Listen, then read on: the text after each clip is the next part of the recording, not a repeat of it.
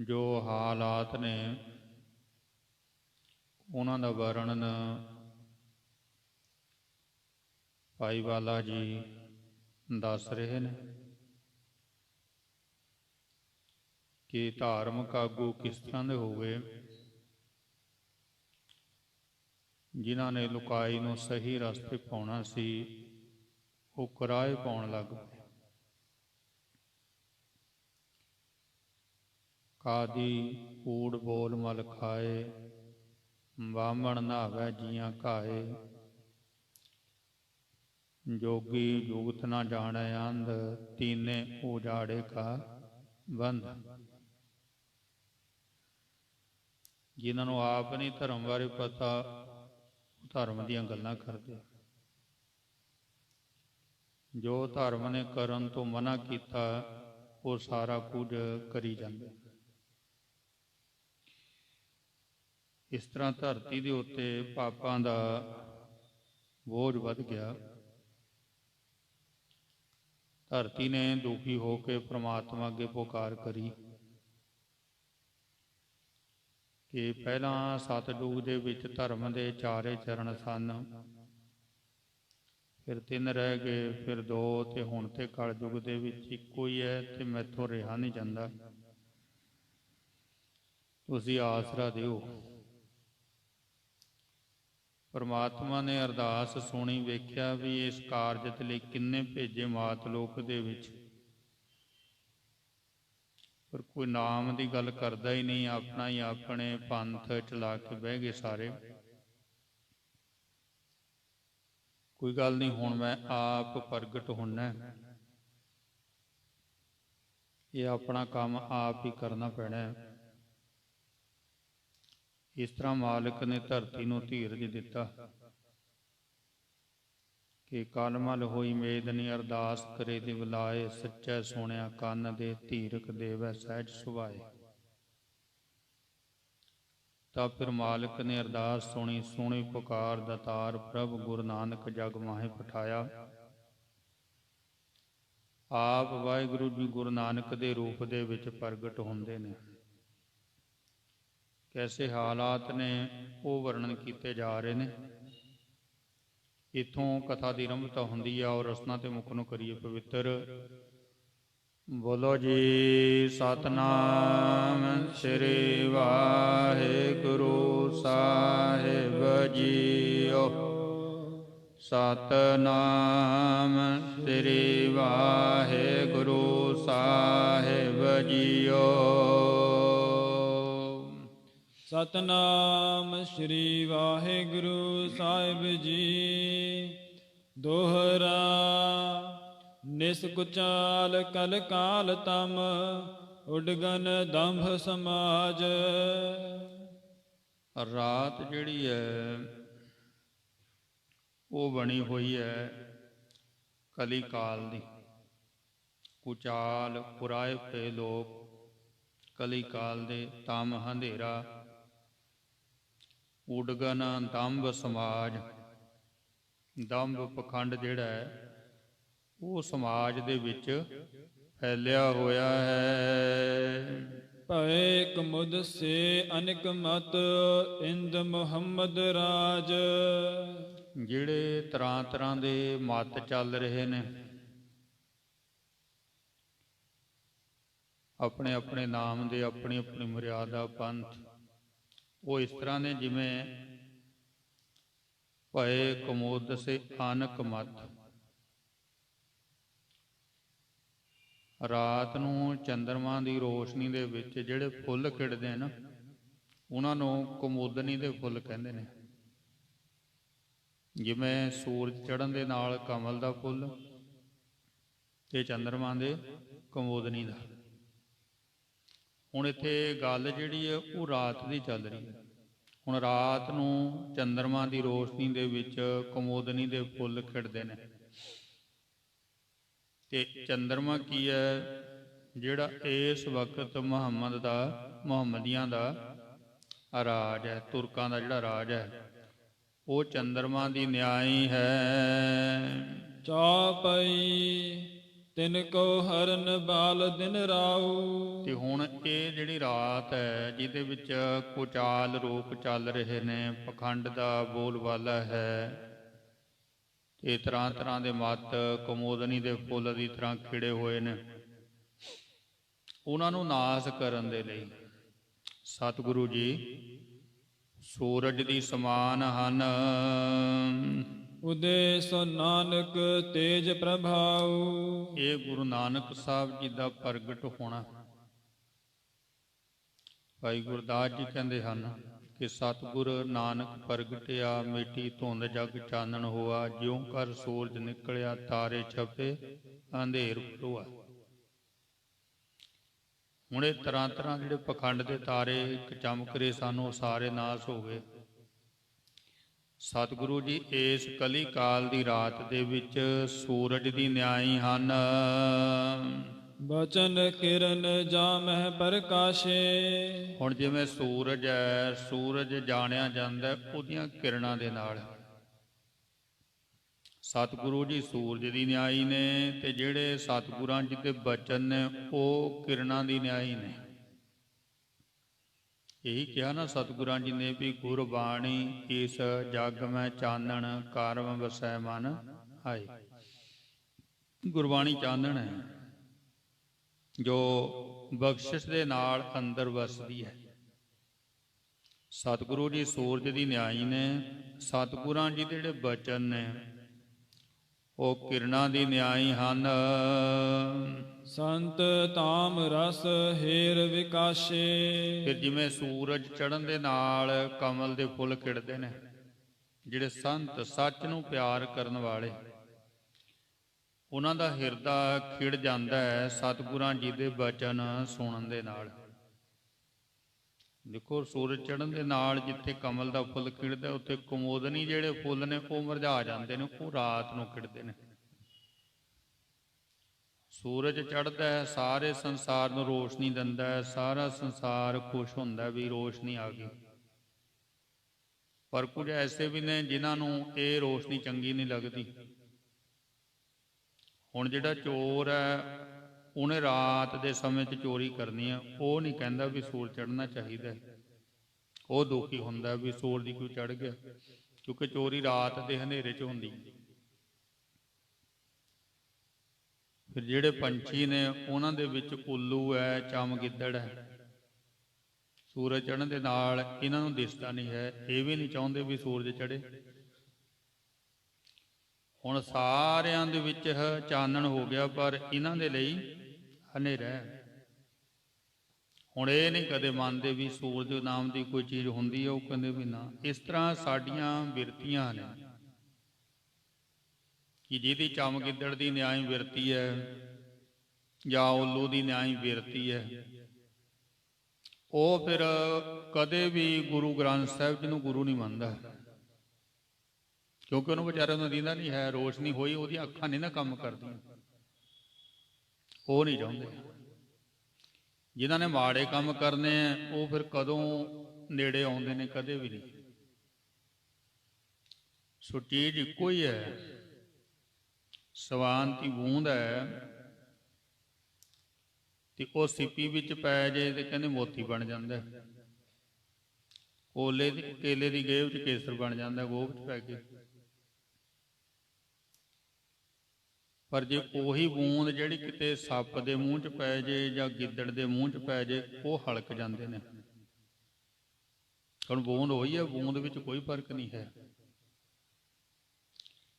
ਇਸ ਤਰ੍ਹਾਂ ਸੂਰਜ ਤਾਂ ਆਪਣੀ ਰੋਸ਼ਨੀ ਦੇ ਰਿਹਾ, ਪਰ ਸਾਡਾ ਸੁਭਾਅ ਕੀ ਹੈ ਅੱਗੇ, ਉਸ ਤਰ੍ਹਾਂ ਦਾ ਸਾਡੇ ਤੇ ਅਸਰ ਹੋ ਰਿਹਾ ਸਾਡੀ ਬਿਰਤੀ ਦੇ ਮੁਤਾਬਕ। ਹੁਣ ਜਿਹੜੇ ਸੰਤ ਨੇ ਉਹ ਸਤਿਗੁਰਾਂ ਜੀ ਦੀ ਬਾਣੀ ਦੀਆਂ ਕਿਰਨਾਂ ਜਦੋਂ ਉਹਨਾਂ ਦੇ ਹਿਰਦੇ ਤੇ ਪੈਂਦੀਆਂ, ਗੁਰੂ ਦੇ ਬਚਨ ਜਦੋਂ ਕੰਨਾਂ ਦੇ ਰਾਹੀਂ ਸੁਣਦੇ ਨਾ, ਉਹਨਾਂ ਦਾ ਖੜਾ ਬਣ ਜਾਂਦਾ ਹੈ, ਖਿੜ ਜਾਂਦੇ ਹਨ, ਖੁਸ਼ ਹੋ ਜਾਂਦੇ ਨੇ। ਦੰਭੀ ਸਮ ਉਲੂਕ ਦੁਖ ਭਾਰੀ। ਪਰ ਜਿਹੜੇ ਦੰਭੀ ਪਖੰਡੀ ਉੱਲੂਆਂ ਦੀ ਨਿਆਈ ਨੇ, ਉਹਨਾਂ ਲਈ ਇਹੀ ਸੂਰਜ ਦੁਖਦਾਈ ਹੈ। ਉੱਲੂ ਕਹਿੰਦਾ ਵੀ ਸੂਰਜ ਕੋਈ ਚੜ੍ਹਨਾ ਨਹੀਂ ਚਾਹੀਦਾ। ਇਹਦਾ ਪਖੰਡੀ ਨਹੀਂ ਚਾਹੁੰਦੇ ਵੀ ਸੱਚ ਦਾ ਪ੍ਰਕਾਸ਼ ਹੋਵੇ, ਉਹ ਕਹਿੰਦੇ ਵੀ ਅਗਿਆਨਤਾ ਦਾ ਹਨੇਰਾ ਠੀਕ ਹੈ, ਕਿਉਂਕਿ ਸਾਡਾ ਕੰਮ ਚੱਲ ਰਿਹਾ ਹੈ। ਹਨੇਰੇ ਦੇ ਵਿੱਚ ਸੂਰਜ ਉੱਲੂ ਜਿਹੜਾ ਹੈ ਉਹ ਪੰਛੀਆਂ ਦਾ ਸ਼ਿਕਾਰ ਕਰਕੇ ਖਾਂਦਾ ਹੈ, ਤੇ ਜਦੋਂ ਚੜ ਗਿਆ ਸੂਰਜ ਫਿਰ ਉਹ ਕੀ ਦੇਖਦਾ ਵੀ ਕਿ ਦਰਖਤ ਦੇ ਬਿਲਕੁਲ ਟਾਹਣੀ ਦੇ ਕੋਲ ਲਾ ਕੇ ਬੈਠ ਜਾਂਦਾ ਉਹ, ਕਿਉਂਕਿ ਦਿੰਦਾ ਨਹੀਂ ਹੁਣ ਉਹਨੂੰ ਆਪਣਾ ਖਤਰਾ ਹੈ ਵੀ ਹੁਣ ਕੋਈ ਮੈਨੂੰ ਨਾ ਖਾ ਜੇ ਵੀ ਸੂਰਜ ਚੜ ਗਿਆ। ਇਸ ਤਰ੍ਹਾਂ ਜਿਹੜੇ ਦੰਭੀ ਨੇ, ਜਿਹੜੇ ਪਖੰਡੀ ਲੋਕ ਨੇ, ਉਹ ਉੱਲੂ ਦੀ ਨਿਆਈ ਨੇ, ਤੇ ਉਹਨਾਂ ਨੂੰ ਇਹ ਗੁਰੂ ਦੇ ਗਿਆਨ ਦਾ ਸੂਰਜ ਚੰਗਾ ਨਹੀਂ ਲੱਗਦਾ, ਕਿਉਂਕਿ ਗੁਰੂ ਦੇ ਗਿਆਨ ਦੇ ਸੂਰਜ ਦੇ ਵਿੱਚ, ਸੂਰਜ ਦੇ ਗਿਆਨ ਵਿੱਚੋਂ ਕੁਝ ਕਰ ਨਹੀਂ ਸਕਦੇ, ਪਾਪ ਨਹੀਂ ਕਰ ਸਕਦੇ, ਤਾਂ ਤੇ ਉਹ ਕਹਿੰਦੇ ਵੀ ਹਨੇਰਾ ਚੰਗਾ ਹੈ। ਉਹ ਨਹੀਂ ਗੱਲ ਕਰਦੇ ਵੀ ਸਾਡਾ ਪਖੰਡ ਬੰਦ ਹੁੰਦਾ ਹੈ, ਕਿਉਂਕਿ ਗੁਰੂ ਗ੍ਰੰਥ ਸਾਹਿਬ ਜੀ ਮਹਾਰਾਜ ਕਿਸੇ ਨੂੰ ਪਖੰਡ ਕਰ ਨਹੀਂ ਦਿੰਦੇ। ਉਹ ਕਹਿੰਦੇ ਵੀ ਮਨੁੱਖ ਦੇ ਜੀਵਨ ਦੇ ਵਿੱਚ ਪਖੰਡ ਨਹੀਂ ਹੋਣਾ ਚਾਹੀਦਾ,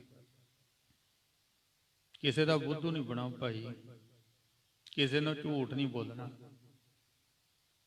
ਜੋ ਕੁਝ ਹੈ ਉਹ ਸਤਿਗੁਰੂ ਜੀ ਕਹਿੰਦੇ ਉਹੀ ਕੁਝ ਦੱਸਣਾ, ਬਸ ਜੋ ਬਾਣੀ ਕਹਿੰਦੀ ਉਹੀ ਦੱਸਣਾ। ਬਾਣੀ ਸੁਣਨੀ ਹੈ, ਬਾਣੀ ਨੂੰ ਮੰਨਣਾ ਹੈ। ਜੇ ਹੁਣ ਅਸੀਂ ਇਸ ਗੱਲ ਤੇ ਆ ਜਾਂਦੇ ਹਾਂ ਵੀ ਸਤਿਗੁਰਾਂ ਜੀ ਤੋਂ ਬਾਣੀ ਕਹਿੰਦੀ ਹੈ ਭਾਈ ਉਹ ਕਰੋ, ਫਿਰ ਸਾਡੀ ਹੋਂਦ ਖਤਮ ਹੋ ਜਾਂਦੀ। ਫਿਰ ਸਾਨੂੰ ਕਿਹੜਾ ਪੁੱਛਦਾ ਅਗਲਾ, ਕਹਿੰਦਾ ਫਿਰ ਤੇਤੋਂ ਕੀ ਲੈਣਾ, ਮੈਂ ਪੜ੍ਹ ਲਾਂਗਾ ਬਾਣੀ। ਇਸ ਕਰਕੇ ਉਹਨਾਂ ਨੇ ਫਿਰ ਜਾਲ ਵਿਛਾਤਾ, ਬਾਣੀ ਐ ਨਹੀਂ ਪੜ੍ਹੀ ਦੀ, ਬਾਣੀ ਨੂੰ ਇਸ ਤਰ੍ਹਾਂ ਪੜ੍ਹਨਾ ਚਾਹੀਦਾ, ਐ ਕਰਨਾ ਚਾਹੀਦਾ, ਉਹ ਕਰਨਾ ਚਾਹੀਦਾ। ਹੁਣ ਸਤਿਗੁਰਾਂ ਜੀ ਨੇ ਤਾਂ ਕੋਈ ਮਰਿਆਦਾ ਬਣਾਈ ਨਹੀਂ ਹੈ। ਸਤਿਗੁਰੂ ਜੀ ਤਾਂ ਕਹਿੰਦੇ ਵੀ ਨਿਤ ਉੱਠ ਗਾਵੋ ਪ੍ਰਭੂ ਕੀ ਬਾਣੀ, ਕਹਿੰਦੇ ਉੱਠੋ ਤੇ ਬਾਣੀ ਗਾਉਣੀ ਸ਼ੁਰੂ ਕਰ ਦਿਓ। ਫਿਰ ਕਹਿੰਦੇ ਵੀ ਬਾਣੀ ਦਾ ਜਿਹੜਾ ਫਲ ਹੈ ਇਸ ਤਰ੍ਹਾਂ ਮਿਲਦਾ ਹੈ, ਜਿਵੇਂ ਅਸੀਂ ਤੁਹਾਨੂੰ ਦੱਸਦੇ ਹਾਂ ਨਾ ਵੀ ਮਰਿਆਦਾ ਦੇ ਵਿੱਚ ਐ ਬਾਣੀ ਦਾ ਫਲ ਮਿਲਦਾ। ਸਤਿਗੁਰਾਂ ਜੀ ਨੇ ਕੋਈ ਸ਼ਰਤ ਰੱਖੀ ਨਹੀਂ। ਸਤਿਗੁਰਾਂ ਜੀ ਨੇ ਕਿਹਾ ਵੀ ਗੁਰਬਾਣੀ ਗਾਵ ਹੈ ਭਾਈ ਉਹ ਸਫਲ ਸਦਾ ਸੁਖਦਾਈ। ਸਾਹਿਬ ਜੀ ਕਹਿੰਦੇ ਬਾਣੀ ਪੜ੍ਹੋ, ਸਫਲ ਹੈ, ਫਲਾਂ ਦੇ ਸਹਿਤ ਹੈ ਤੇ ਸੁੱਖ ਦੇਣ ਵਾਲੀ ਹੈ। ਆਪਾਂ ਕਹਿੰਦੇ ਨਾ ਜੀ ਤੁਹਾਨੂੰ ਮਰਿਆਦਾ ਦਾ ਨਹੀਂ ਪਤਾ ਜੀ, ਐ ਨਹੀਂ ਪਾਠ ਕਰੀਦਾ ਹੁੰਦਾ, ਇਸ ਤਰ੍ਹਾਂ ਪਾਠ ਕਰਨਾ। ਕਿ ਗੁਰੂ ਨੇ ਸਿਰਫ ਬਾਣੀ ਪੜ੍ਹਨ ਨੂੰ ਕਿਹਾ, ਮਰਿਆਦਾ ਦਾ ਗੁਰੂ ਜੀ ਨੇ ਕੋਈ ਚੱਕਰ ਨਹੀਂ ਪਾਇਆ। ਉਹ ਕਹਿੰਦੇ ਬਾਣੀ ਪੜ੍ਹੋ ਤੁਸੀਂ, ਜਦੋਂ ਬਾਣੀ ਪੜ੍ਹੋਗੇ ਸੋਝੀ ਆਪਣੇ ਆਪ ਹੀ ਹੁੰਦੀ ਜਾਊਗੀ। ਗੱਜ ਕੇ ਆਖੋ ਸਤਿਨਾਮ ਸ੍ਰੀ ਵਾਹਿਗੁਰੂ। ਹੁਣ ਇਹਨਾਂ ਨੂੰ ਭਾਈ ਸਾਹਿਬ ਜੀ ਨੇ ਤਰਕ ਦਿੱਤਾ, ਕਹਿੰਦੇ ਵੀ ਇਹ ਜਿਹੜੇ ਪਖੰਡੀ ਨੇ ਨਾ, ਪਖੰਡ ਕਰੀ ਬੈਠੇ ਆ ਧਰਮ ਦੇ ਦਾ, ਤੇ ਇਹ ਉੱਲੂਆਂ ਦੇ ਨਿਆਈ ਨੇ। ਤੇ ਹੁਣ ਇਹਨਾਂ ਨੂੰ ਸੂਰਜ ਚੜ੍ਹਨਾ ਕਦੋਂ ਪਸੰਦ ਹੈ? ਇਹਨਾਂ ਨੂੰ ਸਤਿਗੁਰਾਂ ਜੀ ਦਾ ਪ੍ਰਗਟ ਹੋਣਾ, ਬਾਣੀ ਪ੍ਰਕਾਸ਼ ਨਹੀਂ ਪਸੰਦ। ਇਹ ਦੁਖੀ ਹੁੰਦੇ ਹਨ। ਕਿੰਕਰ ਕੋਕ ਭਏ ਸੁਖਿਆਰੀ। ਪਰ ਜਿਹੜੇ ਕਿੰਕਰ ਨੇ, ਦਾਸ ਨੇ, ਉਹ ਭਾਈ ਚਕੋਰ ਦੀ ਨਿਆਈ ਖੁਸ਼ ਹੁੰਦੇ ਹਨ। ਆਤਪ ਭਗਤ ਜਗਤ ਪ੍ਰਕਾਸ਼ੀ। ਗੁਰੂ ਪਾਤਸ਼ਾਹ ਜੀ ਨੇ ਜਿਵੇਂ ਸੂਰਜ ਆਪਣੀ ਧੁੱਪ ਧਰਤੀ ਤੇ ਖਿਲਾਰਦੇ ਨਾ, ਤੇ ਗੁਰੂ ਪਾਤਸ਼ਾਹ ਜੀ ਨੇ ਭਗਤੀ ਦਾ ਪ੍ਰਕਾਸ਼ ਕੀਤਾ, ਭਗਤੀ ਦੀ ਧੁੱਪ ਖਿਲਾਰੀ ਹੈ। ਨੀਂਦ ਅਵਿਦਿਆ ਸਿੱਖਨ ਨਾਸ਼ੀ। ਫਿਰ ਜਦੋਂ ਸੂਰਜ ਚੜ੍ਹਦਾ ਤੇ ਬੰਦਾ ਨੀਂਦ ਨੂੰ ਤਿਆਗ ਦਿੰਦਾ। ਇਸ ਤਰ੍ਹਾਂ ਸਿੱਖਾਂ ਦੇ ਅੰਦਰ ਜਿਹੜੀ ਅਵਿਦਿਆ ਰੂਪੀ ਨੀਂਦ ਹੈ ਉਹਨੂੰ ਤਿਆਗ ਦਿੰਦੇ ਨੇ, ਸਾਵਧਾਨ ਹੋ ਜਾਂਦੇ ਹਨ। ਗਿਆਨ ਨਾਮ ਮਹਿ ਨਰਬਰ ਜਾਗੇ। ਸ੍ਰੇਸ਼ਟ ਪੁਰਖ ਜਿਹੜੇ ਹਨ ਉਹ ਗਿਆਨ ਦੇ ਵਿੱਚ ਜਾਗ ਪੈਂਦੇ ਨੇ, ਸਾਵਧਾਨ ਹੋ ਜਾਂਦੇ ਹਨ। ਕਲਮਲ ਸੁਪਨਾ ਜਿਉ ਮਨ ਤਿਆਗੇ। ਕਿ ਜਿਵੇਂ ਸੁਪਨੇ ਦੇ ਵਿੱਚ ਬੰਦਾ ਮਾੜੀ ਪ੍ਰਵਿਰਤੀ 'ਚ ਹੁੰਦਾ ਨਾ, ਮਾੜੇ ਕਰਮ ਕਰਦਾ, ਫਿਰ ਉਹ ਸੁਪਨੇ ਤੋਂ ਜਾਗ ਜਾਂਦਾ ਹੈ। ਨਿਸ਼ਾਨੀ ਕੀ ਹੈ? ਵੀ ਸਤਿਗੁਰਾਂ ਜੀ ਦਾ ਉਪਦੇਸ਼ ਸੁਣ ਕੇ ਜਿਨ੍ਹਾਂ ਨੇ ਮਾੜੇ ਕੰਮਾਂ ਦਾ ਤਿਆਗ ਕਰਤਾ, ਉਹ ਸਮਝੋ ਵੀ ਜਾਗ ਪਏ ਹਨ। ਧਰਮ ਧਰਤ ਧੀਰਜ ਕੇ ਹੇਤਾ।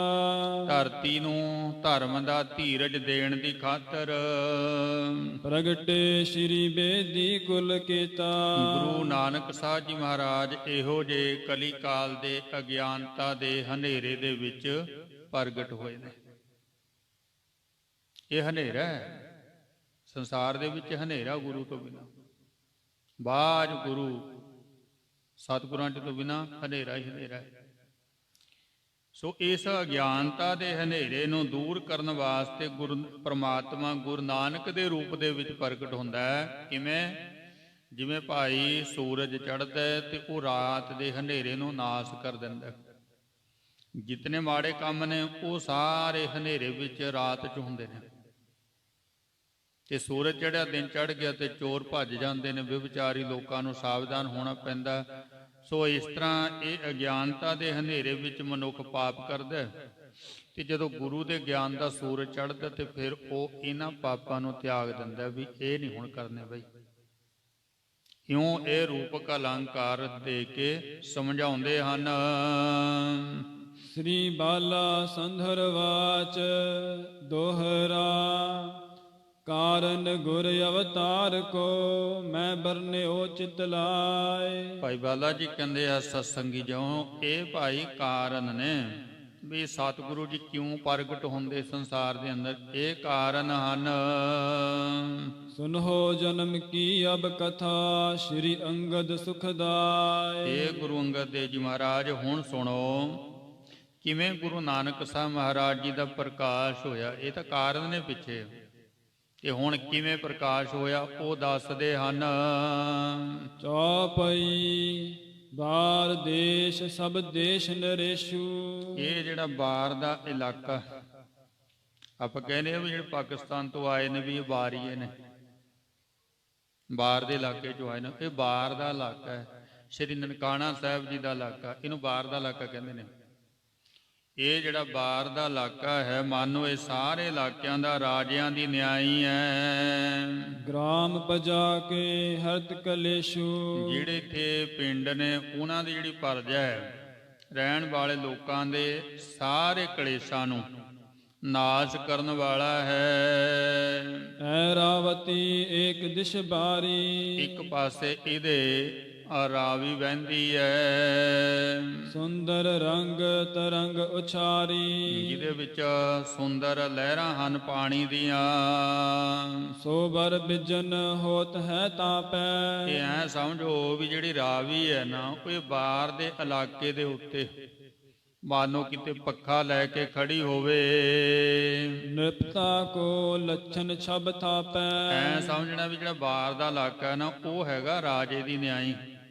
ਤੇ ਜਿਵੇਂ ਰਾਜੇ ਨੂੰ ਪੱਖਾ ਝੱਲਦੀ ਕੋਈ ਰਾਣੀ, ਇਸ ਤਰ੍ਹਾਂ ਰਾਵੀ ਜਿਹੜੀ ਹੈ ਇਸ ਇਲਾਕੇ ਨੂੰ ਠੰਡਕ ਦਿੰਦੀ ਹੈ। ਚੰਦਰ ਭਗਾ ਦਿਸ਼ ਦੁੱਤੇ ਸੁਹਾਈ। ਤੇ ਦੂਸਰੇ ਪਾਸੇ ਚੰਦਰ ਭਗਾ ਕਹਿੰਦੇ ਨੇ ਚਨਾਬ ਨੂੰ। ਇੱਕ ਪਾਸੇ ਰਾਵੀ ਹੈ ਤੇ ਇੱਕ ਪਾਸੇ ਚਨਾਬ। ਇਹ ਜਿਹੜਾ ਵਿਚਕਾਰ ਇਲਾਕਾ ਹੈ ਇਹਨੂੰ ਬਾਹਰ ਦਾ ਇਲਾਕਾ ਕਹਿੰਦੇ ਆ। ਹੁਣ ਦਰਿਆਵਾਂ ਦੇ ਵਿਚਕਾਰ ਜਿਹੜਾ ਇਲਾਕਾ ਉਹ ਉਪਜਾਊ ਹੁੰਦਾ ਹੈ, ਫਸਲਬਾੜੀ ਚੰਗੀ ਹੁੰਦੀ, ਫਸਲਬਾੜੀ ਹੁੰਦੀ, ਪਸ਼ੂ ਚੰਗੇ ਹੋਣਗੇ, ਅੰਨ ਚੰਗਾ ਹੋਊਗਾ ਤੇ ਉਹ ਆਪ ਹੀ ਅਮੀਰ ਹੈ। ਇਸ ਤਰ੍ਹਾਂ ਇਹ ਇਲਾਕਾ ਰਾਜੇ ਦੀ ਨਿਆਈ ਹੈ। ਇੱਕ ਪਾਸੇ ਚੰਦਰ ਭਾਗਾ ਚਨਾਬ ਹੈ। ਮਾਲ ਤਰੰਗਨ ਸਵੱਛ ਉਠਾਈ। ਜਿਹਦੇ ਵਿੱਚ ਮਾਲ ਡੰਗਰ ਤੁਰੰਗਨ ਵਧੀਆ ਕਿਸਮ ਦੀਆਂ ਘੋੜੀਆਂ ਪੈਦਾ ਹੁੰਦੀਆਂ ਨੇ। ਤਾਂ ਪਰ ਹੋਤ ਚਮਰ ਛਬ ਭਾਰੀ। ਇਹ ਜਿਹੜੀ ਚਨਾਬ ਨਦੀ ਹੈ, ਦਰਿਆ ਹੈ, ਇਹ ਮਾਨੋ ਇਹਦੇ ਉੱਤੇ ਕਰਨ ਵਾਲਾ ਹੈ ਬਾਹਰ ਦੇ ਇਲਾਕੇ ਤੇ ਚਵਰ। ਮਹਿਮਾ ਮਹਾ ਜਨਾਵਨਕਾਰੀ। ਬੜੀ ਮਹਿਮਾ ਜਨਾਵਣ ਦੇ ਲਈ। ਸਦਾ ਸਕਾਲ ਸਸਨ ਕੋ ਸਾਲੀ। ਇਸ ਤਰ੍ਹਾਂ ਹਮੇਸ਼ਾ ਹੀ ਕਦੇ ਇੱਥੇ ਕਾਲ ਨਹੀਂ ਪੈਂਦਾ, ਹਰ ਵਕਤ ਇੱਥੇ ਅੰਨ ਹੁੰਦਾ ਰਹਿੰਦਾ ਹੈ। ਤਹ ਦੁਕਾਲ ਕੀ ਕੌਣ ਕੁਚਾਲੀ। ਹੁਣ ਜਿੱਥੇ ਅੰਨ ਫਸਲ ਹੁੰਦਾ ਭਾਈ, ਪਾਣੀ ਨੇੜੇ ਮਿਲਦਾ, ਉੱਥੇ ਕਾਲ ਕਦੋਂ ਪੈਂਦਾ ਹੈ? ਕਦੇ ਵੀ ਨਹੀਂ ਪੈਣਾ। ਜਿੱਥੇ ਕਾਲ ਨਹੀਂ ਪੈਂਦਾ ਉਹ ਇਲਾਕਾ ਉਪਜਾਊ ਅਮੀਰ ਹੁੰਦਾ ਹੈ। ਸਪਤ ਈਤ ਕੋ ਭੀਤ ਨ ਪਾਵਾ। ਸਪਤ ਈਤ ਕੋ ਭੀਤ ਨਾ ਪਾਵੈ। ਇੱਥੇ ਕੋਈ ਡਰ ਨਹੀਂ। ਜਿਹੜੇ 7 ਕਾਰਨ ਨੇ ਕਾਲ ਆਉਣ ਦੇ। ਤਸ ਕਰ ਕੁਲ ਤਜ ਅਨੰਤ ਪਰਾਵਾ। ਹੁਣ ਜਿੱਥੇ ਲੋਕਾਂ ਨੂੰ ਕੰਮ ਮਿਲਦਾ ਹੋਵੇ, ਰੁਜ਼ਗਾਰ ਮਿਲਦਾ ਹੋਵੇ, ਲੋਕ ਵਿਹਲੇ ਨਹੀਂ ਹੁੰਦੇ ਇੱਥੇ। ਫਿਰ ਉਹ ਚੋਰੀ ਕਾਹਨੂੰ ਕਰਨਗੇ? ਜਦੋਂ ਸਹੀ ਰੂਪ ਦੇ ਵਿੱਚ ਲੋਕਾਂ ਨੂੰ ਰੁਜ਼ਗਾਰ ਮਿਲੇ, ਉਹਨਾਂ ਨੂੰ ਚੋਰੀ ਕਰਨ ਦੀ ਲੋੜ ਨਹੀਂ ਹੈ। ਪਰ ਜਦੋਂ ਉਹਨਾਂ ਦੀਆਂ ਲੋੜਾਂ ਪੂਰੀਆਂ ਨਹੀਂ ਹੁੰਦੀਆਂ, ਫਿਰ ਉਹ ਚੋਰੀ ਕਰਨੀ ਸ਼ੁਰੂ ਕਰ ਦਿੰਦੇ ਨੇ। ਹੁਣ ਜਦੋਂ ਇਸ ਤਰੀਕੇ ਦੇ ਨਾਲ ਇੱਥੇ ਸਭ ਨੂੰ ਸਾਰੀਆਂ ਸਹੂਲਤਾਂ ਨੇ, ਕੋਈ ਸੋਚਦਾ ਵੀ ਨਹੀਂ ਹੈ ਚੋਰੀ ਕਰਨ ਬਾਰੇ ਨਾ। ਸਭ ਦੀਆਂ ਲੋੜਾਂ ਪੂਰੀਆਂ ਹੁੰਦੀਆਂ, ਅਮੀਰਾਂ ਦੀਆਂ, ਗਰੀਬਾਂ ਦੀਆਂ। ਪਥਕ ਜਾਤ ਜਹ ਮਨ ਬਿਰਮਾਵਾ। ਐਸਾ ਇਲਾਕਾ ਵੀ ਜਦੋਂ ਕੋਈ ਪਾਠਕ ਰਾਹੀ ਇੱਥੋਂ ਨੂੰ ਲੰਘਦਾ ਨਾ, ਉਹਦਾ ਮਨ ਭਰਮ ਜਾਂਦਾ ਵੀ ਆਰਾਮ ਕਰ ਲਈਏ ਜਾਂਦੇ ਜਾਂਦੇ। ਫੇਰ ਹਿਤੂ ਨਰਕ ਟੰਬ ਭੁਲਾਵਾ। ਆਰਾਮ ਕਰਨ ਦੇ ਲਈ ਉਹ ਇੱਥੇ ਜਦੋਂ ਆਉਂਦਾ ਇਸ ਇਲਾਕੇ ਦੇ ਵਿੱਚ, ਉਹਨੂੰ ਆਪਣੇ ਪਰਿਵਾਰ ਦੀ ਯਾਦ ਭੁੱਲ ਜਾਂਦੀ, ਮੋਹ ਭੁੱਲ ਜਾਂਦਾ ਹੈ। ਫਲ ਫੂਲਨ ਦਲਿਉਤ ਤਰ ਚਾਰੂ। ਜਿੱਥੇ ਸੋਹਣੇ ਦਰਖਤ ਖੜੇ ਹਨ, ਹਰੇ ਭਰੇ ਫੁੱਲਾਂ ਫਲਾਂ ਦੇ ਨਾਲ ਲੱਦੇ ਹੋਏ। ਪਥਕ ਹੇਤ ਠਾਡੇ ਸੁਖ ਕਾਰੂ। ਮਾਨੋ ਕਿਤੇ ਇਹ ਜਿਹੜੇ ਰਾਹੀ ਨੇ ਉਹਨਾਂ ਨੂੰ ਸੁੱਖ ਦੇਣ ਵਾਸਤੇ ਖੜੇ ਹੋਣ। ਬਸੈ ਲੋਕ ਜਹ ਸੁਜਨ ਸੁਚਾਲੀ। ਬਹੁਤ ਸੱਜਣਤਾਈ ਰੱਖਣ ਵਾਲੇ, ਸ੍ਰੇਸ਼ਟ ਚਾਲ ਵਿੱਚ ਰਹਿਣ ਵਾਲੇ ਲੋਕੀ ਰਹਿੰਦੇ ਨੇ। ਦਇਆ ਧਰਮ ਕੇ ਜੇ ਪ੍ਰਤਪਾਲੀ। ਜਿਹੜੇ ਦਇਆ ਤੇ ਧਰਮ ਨੂੰ ਪਾਲਣ ਵਾਲੇ ਹਨ। ਆਤਿਤ ਸੇਵ ਮਹਿ ਜਿਨ ਮਨ ਰਾਤਾ। ਕਹਿਣ ਲੱਗੇ ਵੀ ਚੰਗੇ ਕੰਮਾਂ ਦੇ ਵਿੱਚ ਜਿਨ੍ਹਾਂ ਦੀ ਸੋਚ ਬਣੀ ਰਹਿੰਦੀ ਹੈ। ਗੁਣ ਗ੍ਰਾਹੀ ਸਭ ਵਿਦਿਆ ਗਿਆਤਾ। ਸਾਰੇ ਵਿਦਿਆ ਦੇ ਗਿਆਤੇ ਨੇ ਤੇ ਗੁਣਾਂ ਦੇ ਗਾਹਕ ਹਨ। ਉਪਜਹਿ ਜਹ ਤੁਰੰਗ ਬਹੁਤ ਸੁੰਦਰ। ਜਿੱਥੇ ਸੋਹਣੇ ਘੋੜੇ ਪੈਦਾ ਹੁੰਦੇ ਹਨ ਬਾਹਰ ਦੇ ਇਲਾਕੇ 'ਚ। ਬਲੀ ਤਰਲਤਾ ਗੁਣ ਕੇ ਮੰਦਰ। ਬਲੀ ਹੁੰਦੇ ਹਨ, ਚੰਚਲ ਹੁੰਦੇ ਹਨ, ਸਿਆਣੇ ਹੁੰਦੇ ਨੇ ਘੋੜੇ। ਔਰ ਪਸ਼ੂ ਬਹੁ ਸੁਪਗ ਸੁਜਾਤੀ। ਹੋਰ ਪਸ਼ੂ ਜਿਹੜੇ ਨੇ ਉਹ ਵੀ ਵਧੀਆ ਜਾਤੀ ਦੇ ਹੁੰਦੇ ਹਨ। ਤਿਨ ਕੀ ਖਾਨ ਕਿਨ ਵਿਧ ਖਿਆਤੀ। ਮਨ ਨਾ ਕਰੋ ਵੀ ਕੌਣ ਨਹੀਂ ਜਾਣਦਾ ਉੱਥੇ ਦੇ ਪਸ਼ੂਆਂ ਬਾਰੇ। ਜੋ ਅਸ ਦੇਸ਼ ਰੁਚਰ ਬਰ ਸਗਰਾ। ਇਹ ਜਿਹੜਾ ਇਲਾਕਾ ਹੈ ਬਾਹਰ ਦਾ, ਸਾਰਾ ਹੀ ਸੋਹਣਾ। ਭਰਤ ਖੰਡ ਮਹਿ ਸ਼ੁਭਤ ਉਜਗਰਾ। ਇਹ ਭਾਰਤ ਖੰਡ ਦੇ ਵਿੱਚ ਉਜਾਗਰ ਹੈ, ਜਾਣਿਆ ਜਾਂਦਾ ਬਾਹਰ ਦਾ ਇਲਾਕਾ, ਮਸ਼ਹੂਰ ਹੈ ਭਾਰਤ ਖੰਡ, ਜਿਹਨੂੰ ਅੱਜ ਕੱਲ੍ਹ ਆਪਾਂ ਭਾਰਤ ਮਾਤਾ ਕਹਿੰਦੇ ਆ, ਪ੍ਰਚਲਿਤ ਹੋ ਗਿਆ।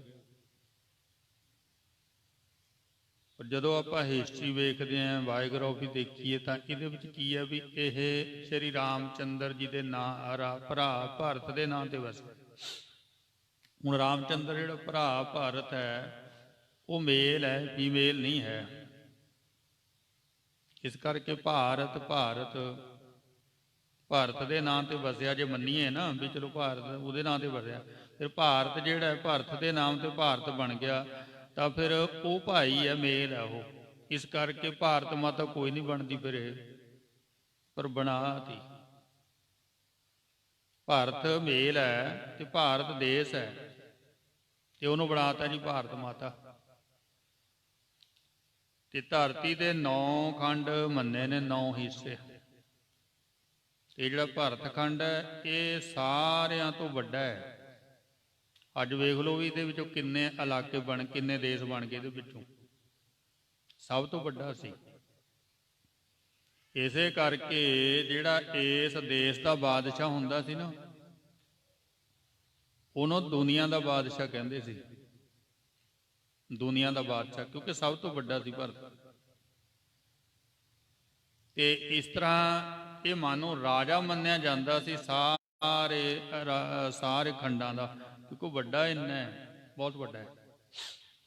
ਸੋ ਇਹ ਭਾਰਤ ਖੰਡ ਦੇ ਵਿੱਚ ਨਗਰ ਹੈ, ਬਾਹਰ ਦਾ ਇਲਾਕਾ, ਰਾਏ ਭੋਜ ਦੀ ਤਲਵੰਡੀ। ਤੇ ਉੱਥੋਂ ਦੇ ਲੋਕਾਂ ਕਰਕੇ, ਉੱਥੇ ਦੇ ਪਸ਼ੂਆਂ ਦੀ ਨਸਲ ਕਰਕੇ, ਉੱਥੋਂ ਦਾ ਚੰਗਾ ਜ਼ਿਮੀਂਦਾਰਾ ਕਰਕੇ, ਉੱਥੋਂ ਦੇ ਲੋਕਾਂ ਦਾ ਸੁਭਾਅ ਕਰਕੇ ਨਾ ਇਹ ਜਾਣਿਆ ਜਾਂਦਾ ਸੀ ਇਲਾਕਾ ਸਾਰੀਆਂ ਥਾਵਾਂ ਤੇ, ਰਾਏ ਭੋਜ ਦੀ ਤਲਵੰਡੀ। ਇਸ ਤਰ੍ਹਾਂ ਇਹ ਉਜਾਗਰ ਮਸ਼ਹੂਰ ਹੈ ਭਾਰਤ ਖੰਡ ਦੇ ਵਿੱਚ। ਤਿਹ ਮਹਿ ਤਲਵੰਡੀ ਭਲ ਨਗਰੀ। ਉਸ ਬਾਰ ਦੇ ਇਲਾਕੇ ਦੇ ਵਿੱਚ ਨਗਰੀ ਹੈ ਜਿਹਨੂੰ ਕਹਿੰਦੇ ਨੇ ਰਾਏ ਭੋਏ ਦੀ ਤਲਵੰਡੀ। ਇੱਕ ਤਾਂ ਰਾਏ ਬੁਲਾਰ ਹੋਇਆ, ਜਿਹੜਾ ਰਾਏ ਬੁਲਾਰ ਦਾ ਪਿਤਾ ਸੀ ਨਾ ਉਹ ਸੀ ਭੋਏ, ਉਹਦੀ ਨਗਰੀ ਕਰਕੇ ਜਾਣਿਆ ਜਾਂਦਾ ਹੈ ਰਾਏ ਭੋਏ ਦੀ ਤਲਵੰਡੀ। ਇਹ ਤਲਵੰਡੀ ਨਗਰੀ ਹੈ। ਚਾਰ ਵਰਨ ਕਰ ਪੂਰਤ ਸਗਰੀ। ਚਾਰੇ ਵਰਨਾਂ ਦੇ ਜਿਹੜੇ ਲੋਕ ਨੇ ਇਹਦੇ ਚ ਰਹਿੰਦੇ ਨੇ, 4 ਵਰਨ ਮੰਨੇ ਨੇ। ਉਹਦੇ ਵਿੱਚ ਹੁੰਦਾ ਬ੍ਰਾਹਮਣ, ਖੱਤਰੀ, ਸ਼ੂਦ ਤੇ ਵੈਸ਼। 4 ਤਰ੍ਹਾਂ ਦੇ ਅਸੀਂ ਕੰਮ ਕਰਦੇ ਹਾਂ। ਧਾਰਮਿਕ ਆਗੂ ਹੁੰਦੇ ਆ, ਬ੍ਰਾਹਮਣ ਆ ਜਾਂਦਾ ਹੈ। ਛਤਰੀ ਜਿਹੜਾ ਹੈ ਉਹ ਸ਼ਸਤਰਧਾਰੀ 'ਚ ਆ ਜਾਂਦਾ, ਜਿਵੇਂ ਆਪਣਾ ਡਿਫੈਂਸ ਹੈ, ਪੁਲਿਸ ਹੈ, ਮਿਲਟਰੀ ਹੈ। ਵੈਸ਼ ਲੋਕ ਵਪਾਰੀ ਲੋਕ ਹੁੰਦੇ ਨੇ, ਲੈਣ ਦੇਣ ਕਰਨਾ। ਤੇ ਸ਼ੂਦਰ ਲੋਕ ਜਿਹੜੇ ਉਹਨਾਂ ਦੀ ਨੌਕਰੀ ਕਰਦੇ, ਉਹਨਾਂ ਦੇ ਕੰਮ ਕਰਦੇ ਆ। ਇਹ 4 ਵਰਣ ਨੇ। ਇਸ ਤਰ੍ਹਾਂ 4 ਵਰਣਾਂ ਦੇ ਲੋਕ ਆਪਸ ਦੇ ਵਿੱਚ ਬੜੇ ਪਿਆਰ ਦੇ ਨਾਲ ਰਹਿੰਦੇ ਨੇ। ਇਹ ਜਿਹੜੇ 4 ਵਰਣ ਬਣੇ ਆ ਨਾ, ਉਹ ਕੰਮ ਦੇ ਆਧਾਰ ਤੇ ਬਣੇ ਹੋਏ ਨੇ। ਪਰ ਰਾਜਨੀਤੀ ਲੋਕਾਂ ਨੇ ਇਸ ਨੂੰ ਚੰਮ ਦੇ ਆਧਾਰ ਤੇ ਬਣਾਤਾ, ਕਿਉਂਕਿ ਉਹਨਾਂ ਨੇ ਰਾਜ ਜੋ ਕਰਨਾ ਸੀ। ਉਹਨੇ ਕਹਿਤਾ ਜੀ ਇਹ ਵੱਡਾ ਜੀ, ਉਹ ਤੋਂ ਛੋਟਾ ਜੀ, ਉਹ ਤੋਂ ਛੋਟਾ ਜੀ, ਉਹ ਤੋਂ ਛੋਟਾ, ਲੜਾਤਾ ਆਪਸ ਦੇ ਵਿੱਚ। ਤੇ ਅਸੀਂ ਉਹਨਾਂ ਦੀ ਚਾਲ ਨੂੰ ਸਮਝ ਨਹੀਂ ਸਕੇ। ਅਸੀਂ ਵੀ ਉਹਨਾਂ ਦੀ ਗੱਲ ਮੰਨ ਲਈ ਵੀ ਉਹ ਠੀਕ ਕਹਿੰਦੇ ਨੇ। ਵਾਸਤਵ ਦੇ ਵਿੱਚ ਐਸਾ ਕੁਝ ਨਹੀਂ ਹੈ। ਸਿਰਫ ਕੰਮ ਕਰਕੇ ਕਿਸੇ ਨੂੰ ਕਿਹਾ ਜਾਂਦਾ ਸੀ ਵੀ ਤੂੰ ਇੱਥੇ ਬਹਿ ਜਾ। ਕੰਮ ਕੋਈ ਕਰੇ, ਆਪਣੇ ਘਰ ਦੇ ਵਿੱਚ ਕੋਈ ਕੰਮ ਕਰ ਲੇ, ਚਾਹੇ ਉਹ ਬ੍ਰਾਹਮਣ ਹੈ, ਚਾਹੇ ਉਹ ਖੱਤਰੀ ਹੈ, ਕੋਈ ਵੈਸ਼ ਹੈ, ਚਾਹੇ ਸ਼ੂਦਰ ਹੈ, ਕੰਮ ਕਰੋ ਆਪਣੇ ਘਰ ਦੇ ਵਿੱਚ, ਆਪਣਾ ਕੰਮ ਆਪ ਕਰੋ। ਤੇ ਹੁਣ ਜਦੋਂ ਅਸੀਂ ਕੰਮ ਕਰ ਲੈਂਦੇ ਹਾਂ, ਕੰਮ ਕਰਦੇ ਫਿਰ ਸਾਨੂੰ ਪਸੀਨਾ ਆਉਂਦਾ। ਮਿੱਟੀ ਘੱਟੇ ਦਾ ਕੰਮ ਕਰਾਂਗੇ, ਗਾਰਾ ਬਣਾਵਾਂਗੇ, ਪਸੀਨਾ ਆਉਂਦਾ ਨਾ। ਤੇ ਫਿਰ ਉਸੇ ਘਰ ਦੇ ਵਿੱਚ ਸਾਨੂੰ ਆਪਣੀ ਘਰ ਦੀ ਕਹਿੰਦੇ ਵੀ ਹੁਣ ਤੂੰ ਬਾਹਰ ਰਹਿ, ਅੰਦਰ ਨਾ ਹਲੇ ਆਈ, ਗੱਜ ਕੇ ਆਖੋ ਸਤਨਾਮ। ਤੈਨੂੰ ਪਸੀਨਾ ਆਇਆ, ਤੇਰੇ ਕੱਪੜੇ। ਇਸ ਤਰ੍ਹਾਂ ਫਿਰ ਇਹ ਜਿਹੜੇ ਲੋਕ ਨੇ ਨਾ, ਕੰਮੀ ਲੋਕ, ਕੰਮ ਕਰਨ ਵਾਲੇ, ਉਹਨਾਂ ਦੇ ਕੱਪੜਿਆਂ ਨੂੰ ਪਸੀਨਾ ਆਉਣਾ। ਹੁਣ ਜਿਹਨੇ ਗੋਹਾ ਚੁੱਕਣਾ, ਜਿਹਨੇ ਇਹ ਜਿਹੇ ਕੰਮ ਕਰਨੇ, ਉਹ ਫਿਰ ਸੁਭਾਵਿਕ ਸੀ। ਉਹਦੇ ਕਰਕੇ ਕਹਿੰਦੇ ਵੀ ਤੂੰ ਇੱਥੇ ਬਹਿ ਜਾ, ਵੀ ਅੰਦਰ ਨਾ ਆਈ। ਸਿਰਫ ਉਹਦੇ ਕੱਪੜਿਆਂ ਨੂੰ ਵੇਖ ਕੇ, ਉਹਦੇ ਪਸੀਨੇ ਨੂੰ ਦੇਖ ਕੇ ਕਹਿੰਦੇ ਸੀ। ਨਫ਼ਰਤ ਨਹੀਂ ਸੀ ਕਰਦੇ ਉਹਦੇ ਨਾਲ, ਜਾਤੀ ਤੌਰ ਤੇ, ਮਨੁੱਖ ਦੇ ਤੌਰ ਤੇ ਨਫ਼ਰਤ ਨਹੀਂ ਸੀ। ਰਾਜਨੀਤੀ ਨੇ ਐਸਾ ਰੰਗ ਦਿੱਤਾ ਕਿ ਨਫ਼ਰਤ ਪੈਦਾ ਕਰਤੀ। 4 ਵਰਣਾਂ ਦੇ ਲੋਕ ਬੜੇ ਪਿਆਰ ਦੇ ਨਾਲ ਰਹਿੰਦੇ। ਹੁਣ ਵੀ ਦੇਖੋ ਨਾ ਤੁਸੀਂ, ਹੁਣ ਆਪਣਾ ਕੋਈ ਕਿਸੇ ਨਾਲ ਵੈਰ ਭਾਵਨਾ ਨਹੀਂ ਹੈ। ਆਪਾਂ ਇਕੱਠੇ ਹੀ ਰਹਿੰਦੇ ਹਾਂ ਨਾ, ਸਾਰੇ ਜਾਤੀਆਂ ਦੇ ਲੋਕ ਇੱਕ ਦੂਸਰੇ ਨੂੰ ਮਿਲਦੇ ਆ, ਦੁੱਖ ਸੁੱਖ ਦੇ ਵਿੱਚ ਸਾਡੀ ਸਾਂਝ ਹੈ, ਇਕੱਠੇ ਹੀ ਹੈ ਨਾ ਜੀ। ਥੱਲੇ ਵਾਲੇ ਸਮਾਜ ਦੇ ਵਿੱਚ ਕੋਈ ਕਿਸੇ ਤੋਂ ਨਫ਼ਰਤ ਨਹੀਂ ਕਰਦਾ। ਕਰਨੀ ਕਾਹਦੇ ਵਾਸਤੇ ਹੈ? ਜਦੋਂ ਆਪਾਂ ਨੇ ਸਾਰਾ ਦਿਨ ਇੱਕ ਦੂਸਰੇ ਨੂੰ ਮਿਲਣਾ, ਇਕੱਠੇ ਰਹਿਣਾ, ਨਫ਼ਰਤ ਹੈ ਹੀ ਨਹੀਂ, ਕਿਸੇ ਦੀ ਨਹੀਂ ਨਫ਼ਰਤ। ਆ ਬਸ ਉੱਪਰ ਜਿਹੜੇ 4 ਬੰਦੇ ਬੈਠੇ ਆ, ਉਹ ਨਫ਼ਰਤ ਫੈਲਾਉਂਦੇ ਨੇ ਧਰਮ ਦੇ ਨਾਂ ਤੇ।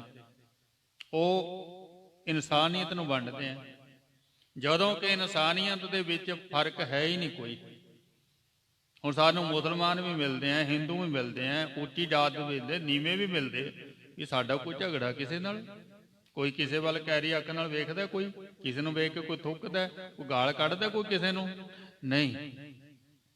ਜਦੋਂ ਵੀ ਮਿਲਦੇ ਆ ਆਪਾਂ ਪਿਆਰ ਦੇ ਨਾਲ, ਸਤਿ ਸ੍ਰੀ ਅਕਾਲ ਕਰਕੇ ਮਿਲਦੇ ਆ, ਰਾਮ ਰਾਮ ਜੀ ਕਹਿ ਕੇ ਮਿਲਦੇ ਆ, ਸਲਾਮ ਅਲੈਕੁਮ ਕਹਿ ਕੇ ਮਿਲਦੇ ਆ। ਸਮਝ ਨਹੀਂ ਲੱਗਦੀ ਵੀ ਸਾਡੇ ਵਿੱਚ ਤਾਂ ਨਫ਼ਰਤ ਹੈ ਹੀ ਨਹੀਂ। ਥੱਲੇ ਵਾਲੇ ਸਮਾਜ ਦੇ ਵਿੱਚ ਕੋਈ ਨਫ਼ਰਤ ਨਹੀਂ ਹੈ, ਸਭ ਬੜੇ ਪਿਆਰ ਦੇ ਨਾਲ ਰਹਿੰਦੇ ਆ। ਪਰ ਜਿਹੜਾ ਉੱਪਰ ਲਾਣਾ ਬੈਠਿਆ ਨਾ, ਰਾਜ ਕਰਨ ਵਾਲਾ, ਇਹ ਲੜਾਉਂਦੇ ਆ, ਗੱਜ ਕੇ ਆਖੋ ਸਤਨਾਮ। ਇਹ ਲੜਾਉਂਦੇ ਆ। ਇਹਨਾਂ ਨੇ ਕੋਈ ਤੀਲੀ ਸਿੱਟਣੀ ਹੈ ਤੇ ਪਤਾ ਨਹੀਂ ਕਿੰਨਾ ਨੁਕਸਾਨ ਹੋ ਜੇ। ਵਾਸਤਵ ਦੇ ਵਿੱਚ ਆਪਸ ਮਿਲਣ ਵਾਲਿਆਂ ਦਾ ਪਿਆਰ ਹੈ। 4 ਵਰਨਾਂ ਦੇ ਲੋਕ ਬੜੇ ਪਿਆਰ ਦੇ ਨਾਲ ਰਹਿੰਦੇ ਨੇ। ਜੇ ਕੇ ਚੌਹ ਦਿਸ ਬਾਗ ਸੁਹਾਵਾ। ਦੁਬਾਰੇ ਪੜ੍ਹੋ। ਜਿਹ ਕੇ ਚੌਹ ਦਿਸ ਬਾਗ ਸੁਹਾਵਾ। ਇਹ ਜਿਹੜਾ ਨਗਰ ਹੈ ਨਾ, ਇਹਦੇ ਆਲੇ ਦੁਆਲੇ ਬਾਗ ਬਣੇ ਹੋਏ ਹਨ। ਕੁਸਮ ਬਾਟਕਾ ਬਹੁ ਛਬ ਪਾਵਾ। ਸੋਹਣੀਆਂ ਫੁੱਲਵਾੜੀਆਂ ਲੋਕਾਂ ਦੇ ਸੈਰ ਕਰਨ ਵਾਸਤੇ ਰਾਜੇ ਨੇ ਬਣਾਈਆਂ ਹੋਈਆਂ ਨੇ। ਨਗਰ ਕੋਟ ਦਿੜ ਬਨਿਓ ਉਤੰਗਾ। ਇਹ ਆਲੇ ਦੁਆਲੇ ਕੋਟ ਬਣਿਆ ਹੋਇਆ ਹੈ। ਮਤ ਸਰ ਧਰਤਾ ਜੋਗਿਰ ਸੰਗਾ। ਮਾਨੋ ਪਹਾੜ ਦੀ ਨਿਆਈ ਹੈ। ਅਟਾ ਘਟਾ ਸੰਗ ਕਰਤ ਬਿਲਾਸਾ। ਫਿਰ ਲੋਕਾਂ ਦੀਆਂ ਬਣੀਆਂ ਹੋਈਆਂ ਅਟਾਰੀਆਂ ਉੱਚੀਆਂ ਕਾਲਸ ਮਨਹੁ ਨਿਰੋਤਨ ਕੀਹੀਐ ਆਸਾ। ਮਾਨੋ ਇਹਨਾਂ ਦੇ ਮਨ ਦੇ ਵਿੱਚ ਆਸ ਹੈ ਆਕਾਸ਼ ਨੂੰ ਛੂਹਣ ਦੀ। ਬੰਦਰ ਜਹ ਸੁੰਦਰ ਛਬ ਪਾਈ, ਸੋਹਣੇ ਮਕਾਨ ਬਣੇ ਹੋਏ ਹਨ ਸੁੰਦਰ, ਸਰਬ ਰੁਤਨ ਮਹਿ ਜੇ ਸੁਖਦਾਈ। ਜਿਹੜੇ ਸਾਰੀ ਰੁੱਤਾਂ ਦੇ ਵਿੱਚ ਸੁੱਖ ਦੇਣ ਵਾਲੇ ਹਨ। ਅਸ਼ਟਾਪਦ ਸਮ ਵਿਪਨੀ ਪੂਰੀ, ਜਿਵੇਂ ਅਸ਼ਟਾਪਦ ਹੁੰਦਾ ਨਾ ਖੇਡਣ ਵਾਸਤੇ ਚਾਰੀ ਖੱਡਾ, ਇਸ ਤਰੀਕੇ ਦੇ ਨਾਲ ਮੰਡੀ ਬਣੀ ਹੋਈ ਹੈ। ਬਨਜ ਸੌਜ ਸੋ ਆਪਨ ਪੂਰੀ, ਇਹ ਸਾਰੀਆਂ ਦੁਕਾਨਾਂ ਸਮਾਨ ਦੇ ਨਾਲ ਭਰੀਆਂ ਹੋਈਆਂ ਨੇ। ਸ਼੍ਰੀ ਨਾਨਕ ਆਗਮ ਕੇ ਹੇਤੂ, ਇਹ ਕਹਿੰਦੇ ਵੀ ਐਸਾ ਕਿਉਂ ਬਣਿਆ ਹੋਇਆ ਨਜ਼ਾਰਾ ਵੀ ਇਸ ਧਰਤੀ ਦੇ ਉੱਤੇ ਗੁਰੂ ਨਾਨਕ ਸਾਹਿਬ ਜੀ ਦਾ ਆਗਮਨ ਹੋਣਾ ਹੈ। ਜਦੋਂ ਕਿਸੇ ਨੇ ਆਉਣਾ ਹੋਵੇ ਨਾ ਤੇ ਫਿਰ ਆਪਾਂ ਤਿਆਰੀ ਕਰਦੇ ਆ ਨਾ, ਪਹਿਲਾਂ ਉਹਦੇ ਆਉਣ ਤੋਂ ਪਹਿਲਾਂ ਤਿਆਰੀ ਕਰਦੇ। ਰਿਸ਼ਤੇਦਾਰਾਂ ਨੇ ਆਉਣਾ, ਚਲੋ ਵੀ ਘਰ ਨੂੰ ਸਜਾਈਏ, ਸੋਹਣਾ ਬਣਾਈਏ। ਸੋ ਇਸ ਤਰ੍ਹਾਂ ਮੰਨੋ ਇਹ ਸਾਰਾ ਕੁਝ ਕਾਹਦੇ ਵਾਸਤੇ ਬਣਿਆ? ਇਹ ਗੁਰੂ ਨਾਨਕ ਸਾਹਿਬ ਜੀ ਦੇ ਆਉਣ ਦੀ ਖਾਤਰ। ਰਚਿਓ ਸੁਰਗ ਵਿਧ ਸੁਖ ਸੰਕੇਤੂ, ਮਾਨੋ ਕਿਤੇ ਵਾਹਿਗੁਰੂ ਪਰਮੇਸ਼ਰ ਜੀ ਦੇ ਪ੍ਰਗਟ ਹੋਣ ਵਾਲੇ ਵਿਧਾਤਾ ਬ੍ਰਹਮਾ ਨੇ ਇਹ ਸਾਰੀ ਰਚਨਾ ਆਪ ਕੀਤੀ ਹੋਵੇ। ਸੁਰਭੀ ਖੀਰ ਪਯੂਖ ਸਮਾਨਾ, ਸੁਰਭੀ ਕਹਿੰਦੇ ਨੇ ਗਾਵਾਂ ਨੂੰ। ਗਾਵਾਂ ਜਿਹੜੀਆਂ ਨੇ ਉਹ ਦੁੱਧ ਦਿੰਦੀਆਂ ਹਨ ਤਕੜਾ ਜ਼ਿਆਦਾ। ਸੁਰ ਸਮ ਸੁੰਦਰ ਮਨੁਜ ਸੁਜਾਨਾ, ਇਹ ਇਲਾਕਾ ਜਿਹੜਾ ਹੈ ਉਹ ਸਵਰਗ ਦੀ ਨਿਆਈ ਹੈ। ਜਿਹ ਕੀ ਰਚਨਾ ਹੇਰ ਬਚਿਤਰਾ, ਲੋਕੀ ਜਿਹੜੇ ਹਨ ਵਿੱਚ ਰਹਿਣ ਵਾਲੇ ਮਾਨੋ ਕਿਤੇ ਦੇਵਤਿਆਂ ਦੀ ਨਿਆਈ ਨੇ। ਜਿਵੇਂ ਸਵਰਗ ਵਿੱਚ ਕਹਿੰਦੇ ਦੇਵਤੇ ਰਹਿੰਦੇ, ਭਾਈ ਸਾਹਿਬ ਕਹਿੰਦੇ ਵੀ ਇਹ ਤਲਵੰਡੀ ਉਹ ਸਵਰਗ ਹੈ, ਇਹਦੇ ਵਿੱਚ ਰਹਿਣ ਵਾਲੇ ਲੋਕ ਦੇਵਤਿਆਂ ਦੀ ਨਿਆਏ ਨੇ। ਬੜਾ ਸੋਹਣਾ ਸੁਭਾਅ ਸਾਰੇ ਲੋਕਾਂ ਦਾ। ਵਿਸ਼ਕਰਮਾ ਹੋਇਓ ਚਿਤ ਚਿਤਰਾ, ਇਸ ਰਚਨਾ ਨੂੰ ਵੇਖ ਕੇ ਵਿਸ਼ਕਰਮਾ ਵੀ ਹੈਰਾਨ ਹੁੰਦਾ ਹੈ ਵੀ ਇਹੋ ਜਿਹਾ ਤਾਂ ਮੈਂ ਵੀ ਨਹੀਂ ਬਣਾ ਸਕਿਆ। ਸ਼ਰੁਤ ਪਾਠੀ ਹੋਤੀ ਤਤ ਵੇਤੂ, ਜਿਹੜੇ ਪੰਡਤ ਨੇ ਉਹ ਇੱਥੇ ਬੜੇ ਤਾਕੜੇ ਵੇਦਾਂ ਦੀਆਂ ਸਰੂਤੀਆਂ ਜਿਨ੍ਹਾਂ ਨੇ ਕੰਠ ਕੀਤੀਆਂ ਹੋਈਆਂ ਨੇ, ਯਾਦ ਕੀਤੀਆਂ ਹੋਈਆਂ ਨੇ। ਅਸਲੀ ਸਹੀ ਰੂਪ ਦੇ ਵਿੱਚ ਧਰਮੀ ਹਨ ਬ੍ਰਾਹਮਣ। ਖਟ ਕਰਮੀ ਕ੍ਰਿਤ ਕੈਵਲ ਹੇਤੂ, ਤੇ ਫਿਰ ਉਹ 6 ਕਰਮ ਕਰਦੇ ਆ ਵੇਦ ਦੇ ਦੱਸੇ ਹੋਏ ਕਿ ਭਾਈ ਵਿਦਿਆ ਪੜ੍ਹਨੀ ਹੈ, ਵਿਦਿਆ ਪੜ੍ਹਾਉਣੀ, ਪੂਜਾ ਕਰਨੀ, ਪੂਜਾ ਕਰਾਉਣੀ, ਜਗ ਕਰਨਾ ਤੇ ਜਗ ਕਰਾਉਣਾ।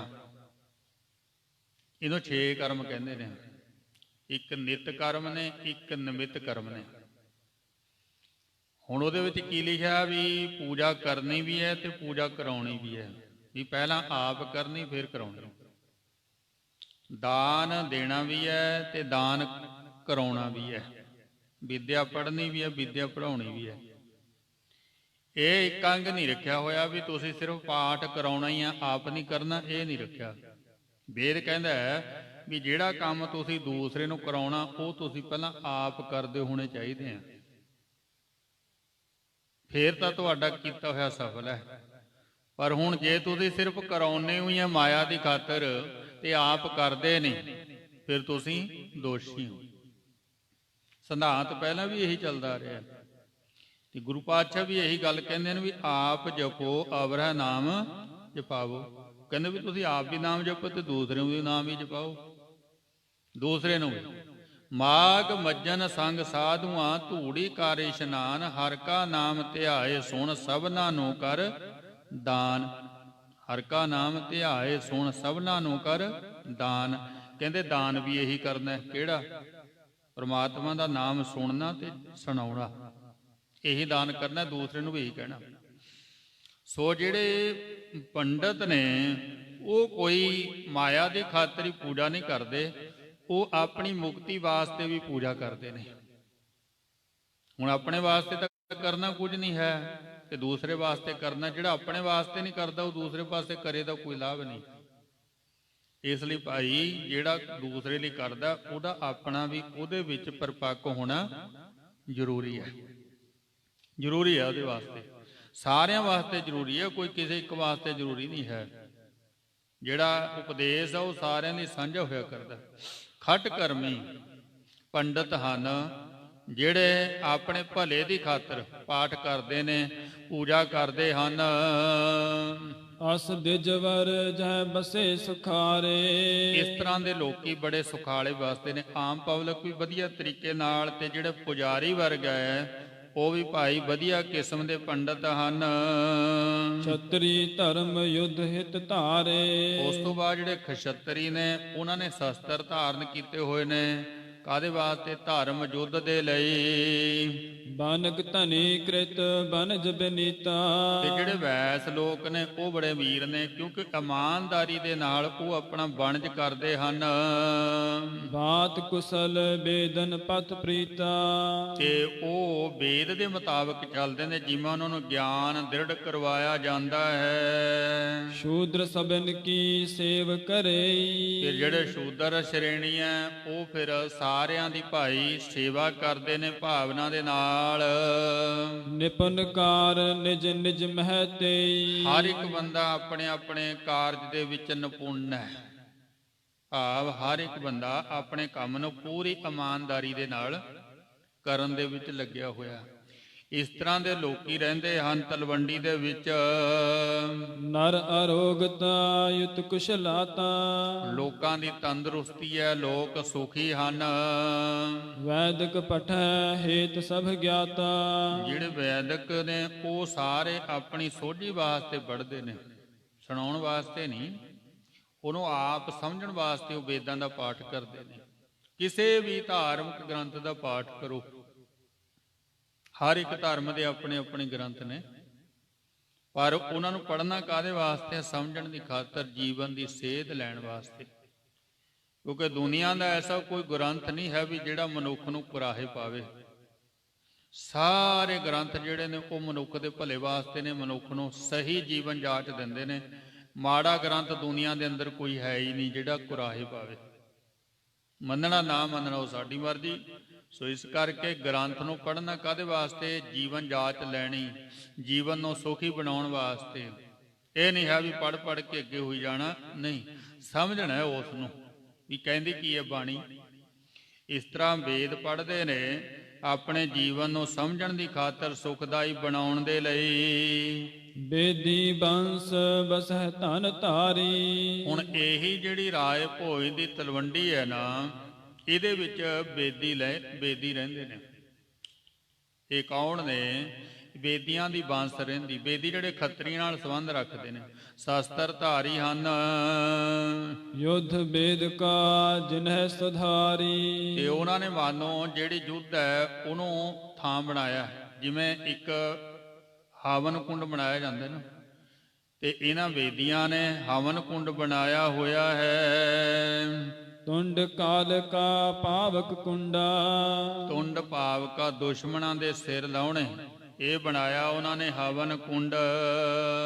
ਯਗ ਥੰਬ ਸੇ ਸ਼ੋਭਤ ਝੰਡਾ। ਤੇ ਜਿਹੜਾ ਉਹਨਾਂ ਦੀ ਜਿੱਤ ਦਾ ਨਿਸ਼ਾਨ ਹੈ ਉਹ ਮਾਨੋ ਕਿਤੇ ਇਹ ਹਵਨ ਜਗ ਦਾ ਥੰਬ ਹੈ। ਕਿਰਪਨ ਸਾਮ ਕਾਤੁਰਤਾ ਖੋਏ। ਜਿਵੇਂ ਕਹਿੰਦੇ ਫਿਰ ਹਵਨ ਕਰਨ ਵਾਲਾ ਜਦੋਂ ਬੈਠਦਾ ਨਾ, ਉਹਨੂੰ ਕਿਹਾ ਜਾਂਦਾ ਵੀ ਤੂੰ ਇੱਥੇ ਕੰਜੂਸਪਣਾ ਨਹੀਂ ਕਰਨਾ। ਕਿ ਜਿਹੜੀ ਹਵਨ ਸਮੱਗਰੀ ਹੈ, ਜਿਹੜਾ ਘਿਓ ਹੈ, ਉਹ ਤੁਸੀਂ ਖੁੱਲੇ ਦਿਲ ਨਾਲ ਪਾਉਣਾ। ਰੱਬ ਦਾ ਕੰਮ ਖੁੱਲੇ ਦਿਲ ਨਾਲ ਕਰਨਾ, ਕੰਜੂਸਪਣਾ ਨਹੀਂ ਕਰਨਾ। ਇਸ ਤਰ੍ਹਾਂ ਇਹਨਾਂ ਨੇ ਆਪਣੀ ਕਾਤਰਤਾ ਕੰਜੂਸ ਦੀ ਤਰ੍ਹਾਂ ਗਵਾਈ ਹੋਈ ਹੈ, ਵੀ ਡਰ ਨਹੀਂ ਹੈ ਇਹਨਾਂ ਨੂੰ ਕੋਈ ਕਿਸੇ ਦਾ। ਕਰਵਾਰਨ ਕੇ ਕੀਨ ਸਰੋਏ। ਫਿਰ ਜਿਹੜਾ ਹਵਨ ਕਰਾਉਣ ਵਾਲਾ ਹੁੰਦਾ ਹੈ, ਉੱਥੇ ਕੜਛਾ ਪਿਆ ਹੁੰਦਾ ਜਿਹਦੇ ਨਾਲ ਘਿਓ ਪਾਇਆ ਜਾਂਦਾ। ਤੇ ਬੇਦੀਆਂ ਨੇ ਕਿਹੜਾ ਕੜਛਾ ਬਣਾਇਆ? ਆਪਣੀਆਂ ਤਲਵਾਰਾਂ ਦੇ ਕੜਛੇ ਬਣਾਏ ਹਨ। ਦੁਸ਼ਟਾ ਮਿਖ ਬਹੁ ਦੀਨ ਆਹੁਤੀ। ਫਿਰ ਜਿਵੇਂ ਹਵਨ ਸਮੱਗਰੀ ਪਾਈ ਜਾਂਦੀ ਹਵਨ ਕੁੰਡ ਦੇ ਵਿੱਚ, ਜਿਹੜੇ ਸੂਰਮੇ ਲੋਕ ਨੇ ਉਹ ਫਿਰ ਕਿਰਪਾਨਾਂ ਦੇ ਨਾਲ ਵੱਢ ਕੇ ਜਿਹੜੀ ਮਿੱਝ ਹੈ ਨਾ ਦੁਸ਼ਮਣਾਂ ਦੀ, ਉਹ ਇਸ ਹਵਨ ਕੁੰਡ ਦੇ ਵਿੱਚ ਪਾਉਂਦੇ ਹਨ।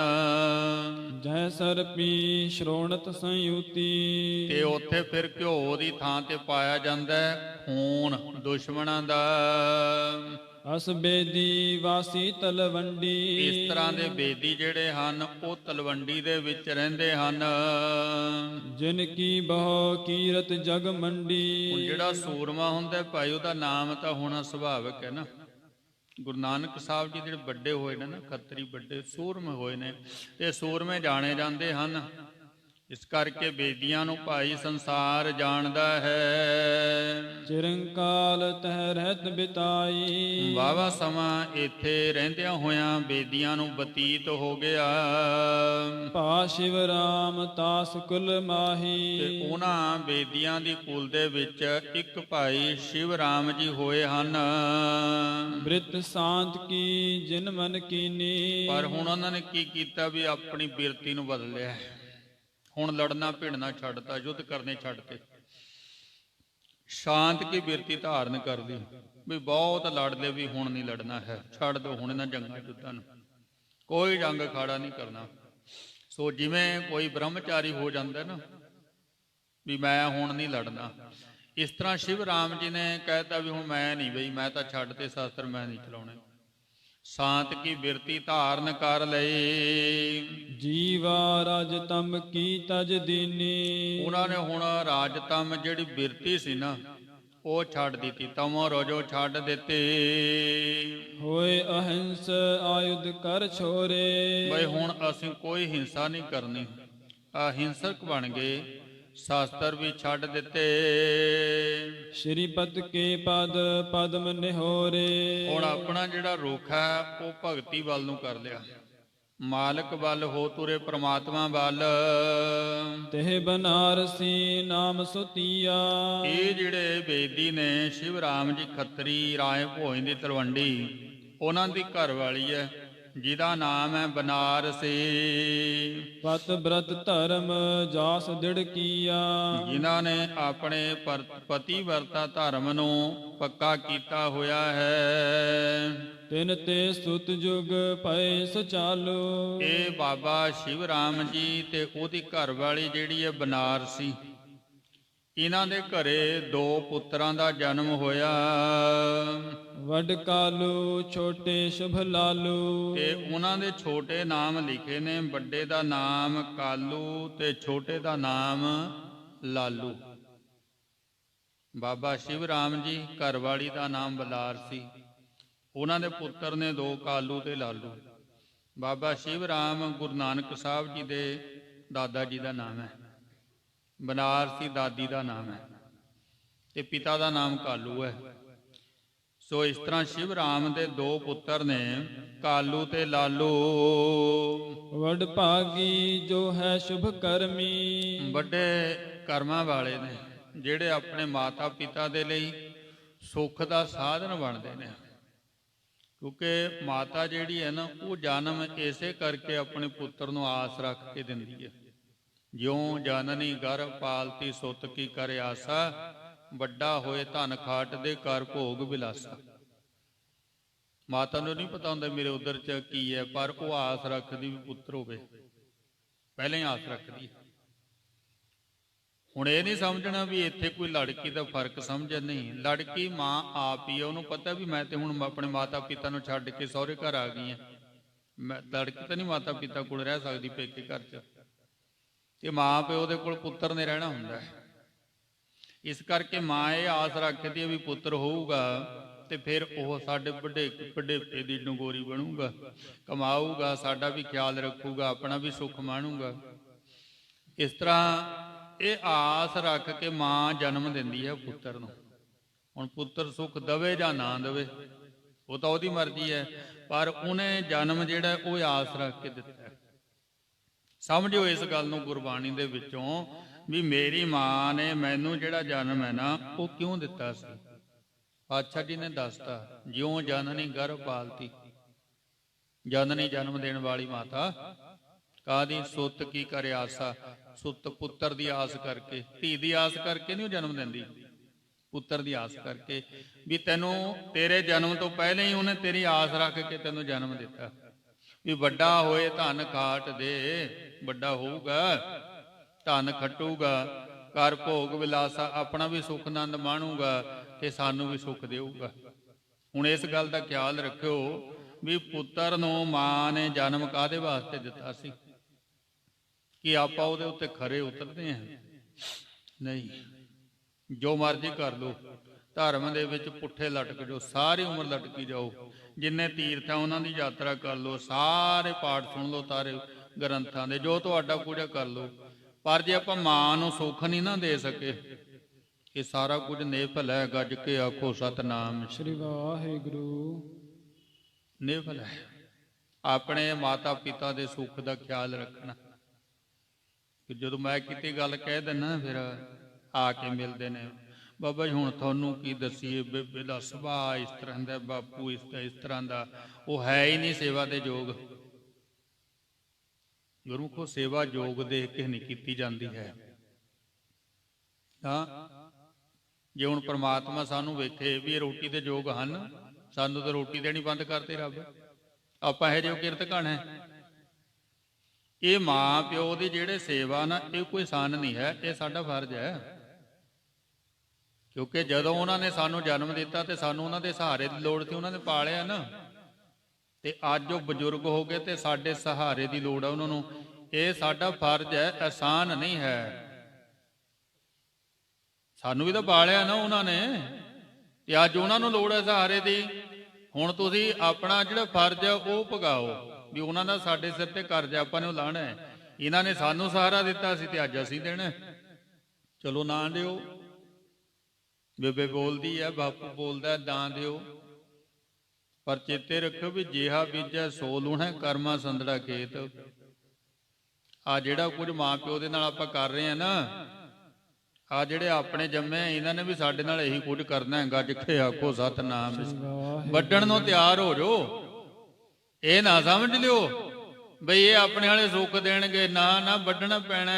ਸਭ ਕੁਝ ਘਰ ਦੇ ਵਿੱਚ ਹੀ ਹੈ, ਤਾਰੇ ਇਹਨਾਂ ਨੇ ਦਿਖਾਉਣੇ ਫਿਰ ਆਪਾਂ ਨੂੰ। ਇਸ ਕਰਕੇ ਸੰਭੋ। ਗੁਰਬਾਣੀ ਦੇ ਮੁਤਾਬਕ ਸੁਭਾਅ 'ਚ ਤਬਦੀਲੀ 10 ਸਾਲਾਂ ਬਾਅਦ ਆਉਂਦੀ। 10 ਬਾਲ ਤਣ 20 ਰਵਣ, 30 ਕਾ ਸੁੰਦਰ ਕਹਾਵੈ, 40 ਪੁਰ ਹੋਏ 85 ਪੱਗ ਖੀਸੈ, 60 ਕੇ ਬੁਢੇ ਪਾਇਆਵੈ, 70 ਕਾ ਮਤਹੀਣ, 80 ਕਾ ਵਿਹਾਰ ਨ, 90 ਕਾ ਸਹਿਜ ਆਸਣੀ, ਬੋਲ ਨਾ ਜਾਣਾ ਅਪਵਲ, ਢੰਡੋਲਮ ਢੂੰਡਮ ਡਿਠਮੈ, ਨਾਨਕ ਜਗ ਧੂਏ ਕਾ ਧਵਲ ਹਾਰ। ਗੁਰਬਾਣੀ ਦੇ ਮੁਤਾਬਕ 10 ਸਾਲਾਂ ਬਾਅਦ ਸਾਡੇ ਸਰੀਰ 'ਚ, ਸਾਡੇ ਸੁਭਾਅ 'ਚ ਤਬਦੀਲੀ ਆਉਂਦੀ, ਨੇਚਰਲੀ ਹੈ। ਤੇ ਜਦੋਂ ਹੁਣ ਆਪਾਂ 70 ਦੇ ਹੋ ਗਏ, ਆਪਾਂ ਵੀ ਤਾਂ ਮੱਤ ਤੋਂ ਹੀਣੇ ਹੋ ਜਾਣਾ, ਆਪਣੀ ਵੀ ਦਸ਼ਾ ਇਹੀ ਹੋਣੀ ਹੈ। ਇਹਨਾਂ ਦਾ ਸਮਝੋ ਵੀ ਬਾਪੂ ਦੀ ਮੱਤ ਮਾਰੀ ਕਿ 70 ਸਾਲ ਦਾ ਹੋ ਗਿਆ, ਜਦੋਂ 70 ਦੇ ਹੋ ਗਏ ਆਪਣੀ ਵੀ ਮਾਰੀ ਜਾਣੀ ਹੈ।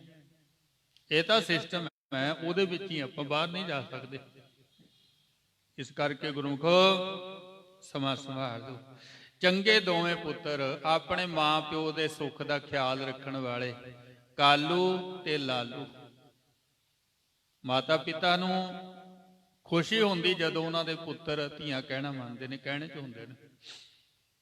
ਮੈਂ ਸਮਝਦਾ ਵੀ ਸਾਰੀ ਉਮਰ ਤਾਂ ਬੇਬੇ ਬਾਪੂ ਨੂੰ ਤੰਗ ਕਰਕੇ ਰੱਖਣਾ, ਟੰਗ ਕੇ ਰੱਖਣਾ, ਉਹਨਾਂ ਨੂੰ ਪੂਰੀ ਤਰ੍ਹਾਂ ਅਸੀਂ ਮੈਂਟਲੀ ਤੌਰ ਤੇ ਉਹਨਾਂ ਨੂੰ ਟੌਰਚਰ ਕਰਦੇ ਹਾਂ।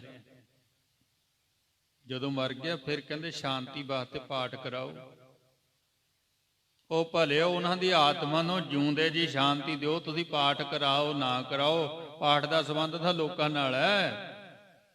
ਹੁਣ ਜਦੋਂ ਆਪਾਂ ਨੇ ਜਿਉਂਦੇ ਜੀ ਉਹਨਾਂ ਨੂੰ ਟੌਰਚਰ ਕੀਤਾ, ਤੰਗ ਕਰਕੇ ਰੱਖਿਆ, ਤੇ ਹੁਣ ਪਾਠ ਕਰਾਉਂਦੇ ਫਿਰਦੇ ਵੀ ਉਹਨਾਂ ਨੂੰ ਆਤਮਾ ਨੂੰ ਸ਼ਾਂਤੀ ਮਿਲ ਜੇ। ਹੁਣ ਆਪਣੀ ਆਤਮਾ ਦੀ ਸ਼ਾਂਤੀ ਬਾਰੇ ਸੋਚੋ। ਉਹ ਤਾਂ ਹੁਣ ਸ਼ਾਂਤ ਹੋ ਗਏ, ਕਿਸੇ ਪਾਠ ਦੀ ਲੋੜ ਨਹੀਂ ਹੈ, ਨਾ ਕਰਾਇਓ, ਸਰ ਜੂਗਾ। ਪਾਠ ਦੀ ਲੋੜ ਨਹੀਂ, ਸਰ ਜੂਗਾ। ਪਰ ਉਹਦਾ ਜੇ ਸ਼ਾਂਤੀ ਦਾ ਖਿਆਲ ਰੱਖਣਾ, ਜਿਉਂਦੇ ਜੀ ਖਿਆਲ ਰੱਖੋ ਵੀ ਮੇਰੀ ਬੇਬੇ ਦੀ ਆਤਮਾ ਸ਼ਾਂਤ ਹੋਣੀ ਚਾਹੀਦੀ ਹੈ, ਮੇਰੇ ਬਾਪੂ ਦੀ ਆਤਮਾ ਸ਼ਾਂਤ ਹੋਣੀ ਚਾਹੀਦੀ ਹੈ, ਮੈਂ ਇਸ ਤਰੀਕੇ ਨਾਲ ਉਹਨਾਂ ਨਾਲ ਵਿਚਰਾਂ। ਹੁਣ ਜਿਉਂਦੇ ਜੀ ਤਾਂ ਆਤਮਾ ਦੁਖੀ ਕਰਕੇ ਰੱਖੀ ਉਹਨਾਂ ਦੀ। ਹੁਣ ਭਾਈ ਜੀ ਦੇ ਜੇਬ 'ਚ ਪੈਸੇ ਪਾ ਕੇ ਕਹਿੰਦਾ ਵੀ ਕਰਦੇ ਅਰਦਾਸ ਵੀ ਹੁਣ ਸ਼ਾਂਤੀ ਮਿਲ ਜੇ। ਗੱਜ ਕੇ ਆਖੋ ਸਤਨਾਮ ਸ੍ਰੀ ਵਾਹਿਗੁਰੂ। ਇਹ ਸਾਡੇ ਭਾਈਆਂ ਦਾ ਕੰਮ ਇਹੋ ਜਿਹਾ ਵੀ ਇਹ ਸਿੱਧੀਆਂ ਹੀ ਟਿਕਟਾਂ ਸੱਚਖੰਡ ਦੀਆਂ ਕੱਟਦੇ ਆ। ਸੱਚਖੰਡ ਦੀਆਂ ਕਹਿੰਦਾ ਸਿੱਧਾ ਹੀ ਗਿਆ ਤੇਰਾ ਬਾਪੂ ਸੱਚਖੰਡ ਨੂੰ, ਗਿਆ ਸਤਿਗੁਰਾਂ ਦੇ ਚਰਨਾਂ 'ਚ। ਭਲੇ ਉਹ ਐ ਨਹੀਂ ਟਿਕਟਾਂ ਕੱਟੀਆਂ ਜਾਂਦੀਆਂ। ਇਸ ਕਰਕੇ ਜਿਉਂਦੇ ਜੀ ਮਾਤਾ ਪਿਤਾ ਦੀ ਸ਼ਾਂਤੀ ਦਾ ਖਿਆਲ ਰੱਖੋ, ਸਾਰਿਆਂ ਦੀ ਸ਼ਾਂਤੀ ਦਾ ਖਿਆਲ ਰੱਖੋ, ਕਿਸੇ ਦੀ ਆਤਮਾ ਨੂੰ ਤੰਗ ਨਾ ਕਰੋ, ਤੰਗ ਨਾ ਕਰੋ। ਇਸ ਕਰਕੇ ਭਾਈ ਬੜੀ ਖੁਸ਼ੀ ਹੈ ਬਾਬਾ ਸ਼ਿਵ ਰਾਮ ਨੂੰ, ਮਾਤਾ ਬਨਾਰਸੀ ਨੂੰ, ਵੀ ਜਦੋਂ ਉਹਨਾਂ ਦੇ ਘਰੇ ਸਿਆਣੇ ਪੁੱਤਰਾਂ ਦੇ ਜਨਮ ਲੈ ਲਿਆ। ਇੱਕ ਕਾਲੂ ਜੀ ਹਨ, ਇੱਕ ਛੋਟੇ ਲਾਲੂ ਜੀ ਹਨ। ਦੋ ਪੁੱਤਰਾਂ ਦਾ ਜਨਮ ਹੋਇਆ ਬਾਬਾ ਸ਼ਿਵ ਰਾਮ ਦੇ ਘਰੇ। ਭਗਤ ਪਰਾਇਣ ਨਿਸ਼ਚਲ ਧਰਮੀ, ਦੋਵੇਂ ਧਰਮੀ ਨੇ ਤੇ ਧਰਮ ਨੂੰ ਮੰਨਣ ਵਾਲੇ, ਧਰਮ ਦੇ ਵਿੱਚ ਪੱਕੇ ਹਨ। ਜਪ ਤਪ ਬ੍ਰਤ ਨੇਮ ਸਮੁਦਾਏ, ਉਹਨਾਂ ਨੇ ਜਿਹੜੇ ਜਾਪ ਨੇ, ਤਪ ਨੇ, ਵਰਤ ਨੇਮ ਆਦਿਕ ਸਾਰੇ ਕਰਨਾ ਕੀਤੇ। ਕਰਤ ਬਹੁਤ ਜਿਹੇ ਜਨਮ ਬਿਤਾਏ, ਕਹਿੰਦੇ ਕਈ ਜਨਮਾਂ ਦੀ ਗੱਲ ਹੁੰਦੀ ਵੀ ਜੇ ਅੱਜ ਕੋਈ ਚੰਗੇ ਕਰਮ, ਉਹ ਪਿਛਲੇ ਵੀ ਚੰਗੇ ਕਰਮ ਸਨ। ਮੰਨ ਲਓ ਕਿਤੇ ਪਿਛਲੇ ਕਈ ਜਨਮਾਂ ਤੋਂ ਚੰਗੇ ਕਰਮ ਕਰਦੇ ਆ ਰਹੇ ਹਨ। ਅਨੇਕ ਜਨਮ ਕੀ ਇੱਛਾ ਜਾਸੂ, ਹੁਣ ਜਿਹੜੇ ਉਹਨਾਂ ਦੇ ਵਿੱਚ ਬਾਬਾ ਕਾਲੂ ਜੀ ਹਨ, ਉਹਨਾਂ ਦੀ ਕਹਿੰਦੇ ਕਈ ਜਨਮ ਤੋਂ ਇਹ ਇੱਛਾ ਸੀ। ਕਿਹੜੀ ਇੱਛਾ ਸੀ? ਉਹ ਉਹਨਾਂ ਦੀ ਮਾਲਕ ਨੇ ਫਿਰ ਇਸ ਜਨਮ ਦੇ ਵਿੱਚ ਪੂਰੀ ਕੀਤੀ ਹੈ। ਉਹ ਪ੍ਰਕਰਨ ਆਪਾਂ ਅਗਲੀ ਕਥਾ ਦੇ ਵਿੱਚ ਸਰਵਣ ਕਰਾਂਗੇ। ਹੋਈਆਂ ਭੁੱਲਾਂ ਦੀ ਖਿਮਾ। ਵਾਹਿਗੁਰੂ ਜੀ ਕਾ ਖਾਲਸਾ, ਵਾਹਿਗੁਰੂ ਜੀ ਕੀ ਫਤਿਹ। ਅਚੂਤ ਹੈ ਤਾਰ ਬ੍ਰਹਮ ਅਬਨਾਸੀ ਅਗਨਾਸ, हे पूरन हे सार्वमैन दुख भंजन गुणतास, हे संगी हे निरंकार, हे निर्गुण सब टेक, हे गोविंद हे गुण निधान, जाके सदा विवेक, हे अपरंपर हर हरे हाय पी होवन हार, हे संत है कै सदा संग निधाराया, हे ठाकुर हों दासरो मैं निर्गुण गुण नहीं कोय, नानक दीजै नाम दान राखो हिय परोय, आए प्रभ शरणागति कृपा निध दयाल, एक अखर हार मन वस्त नानक होत निहाल। वाहिगुरु नाम जहाज है चढ़े सोतरे पार, जो शरधा कर सेवंदे गुर पार उतारण।